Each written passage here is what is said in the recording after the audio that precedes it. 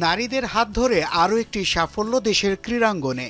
প্রথমবারের মতো Asian games বাছাইয়ে অংশ নিয়ে মূল পর্বে খেলার জায়গা করে নিয়েছে বাংলাদেশ নারী হকি দল। অদম্য ইচ্ছা ও হার না মানার মানসিকতায় ভর করে এই সাফল্য এসেছে লাল সবুজদের।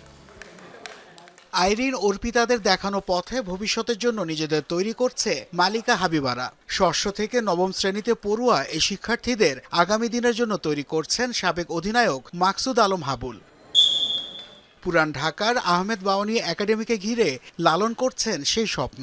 আমি ক্রীড়া প্রতিমন্ত্রী আমিনুল ভাইয়ের কাছে একটা রিকোয়েস্ট করি, আমাদের হকি মেয়েদের প্রতি যেমন নজর দেন, বিশেষ করে যেমন প্রতিটা স্কুলে এবং জেলায় প্রতিটা কোচ যেমন দেয়, যেমন তারা মেয়েরা যেমন মোবাইল থেকে আসক্ত যেমন না হয় এবং হকিতে যেমন ওনারা মনোযোগ দিয়ে প্র্যাকটিস করে।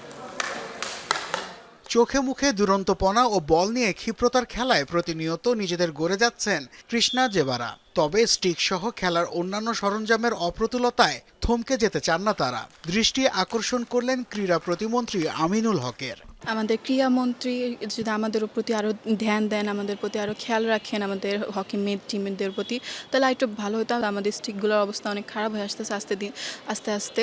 সো যদি আমাদের দেওয়া হয় আমাদের অনেকভাবে উপকার হবে, আমরা আরও খেলায় আরও বেটার হব, আমাদের আরও উপরের জেলায় ডিস্ট্রিক্টে যেয়ে খেলতে পারবো। হকিটা কেমন, আমরা তো আগে কখনো খেলিনি, আমরা আগে কখনো দেখিও নি, তো আমরা ভাবলাম যে হকিতে একটু আসি, দেখি কেমন লাগে। পড়াশোনার পাশাপাশি নিয়মিত স্কুল ভিত্তিক লিগ আয়োজনের তাগিদ এই শিক্ষার্থীদের। আর নিয়মিত অনুশীলনের মধ্যে রেখে হকির প্রতি আগ্রহ তৈরির কথা জানান প্রতিষ্ঠানটির শিফট ইনচার্জ খান হাসান আইয়ুব। আমরা সবসময় চেষ্টা করছি মেয়েদেরকে ইন্সপায়ার করার জন্য। আমাদের টিমে এখন সদস্য বাড়ছে, আগে কম ছিল, এখন আরও মেয়েরা আগ্রহী হচ্ছে।